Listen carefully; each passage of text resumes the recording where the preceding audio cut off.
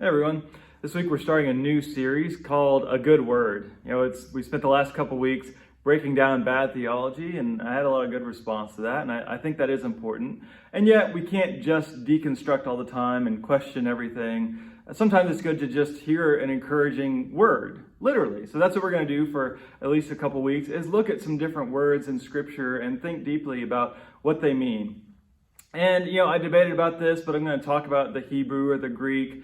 I know, at least for me personally, as a preacher, I often get tired of preachers talking about the original languages, but I think that does give us some insight. And so I'm going to read a passage and actually use the original word and then talk about what that word means. So actually I have a couple verses today from Exodus 34 and Micah 6. The Lord, a God merciful and gracious, slow to anger, and abounding in hesed and faithfulness.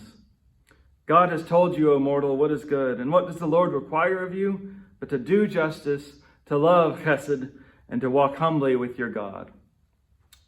First of all, I love that word, hesed, just because you have to really get some phlegm in it to say it properly. And it has lots of different translations, right? If you know those famous verses, it can be kindness, mercy, loyalty, faithful love, steadfast love, or if you like the good old King James, which I do in this case, loving kindness, right? Kind of brings those together with making up its own word.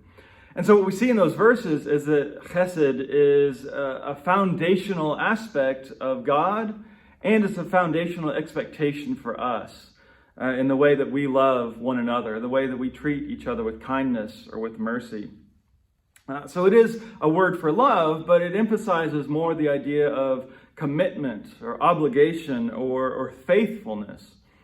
And so that leads us to ask, how much faithfulness is built into the love that we talk about, the love that we have for others?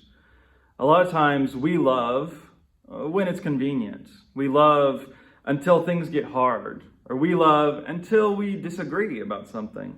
And that could be for a spouse, for a church, for a friend, in any of our relationships, on a personal level or on a more communal level. Right? Now, it's true there might sometimes be good reasons to end relationships. I'm not saying we always have to stay in all those places. But I think more often what we're seeing is in our day, it's, I'm in love until I'm not. Right? There's not much faithfulness that we expect to go with that. It's while it benefits me, I'll be in this relationship of love, but that's all.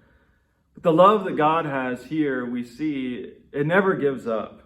Even if you read a lot of Old Testament stories, it sure seems like God wanted to. But God's love is bigger than that. This is the kind of love that is not just about me, it's about us.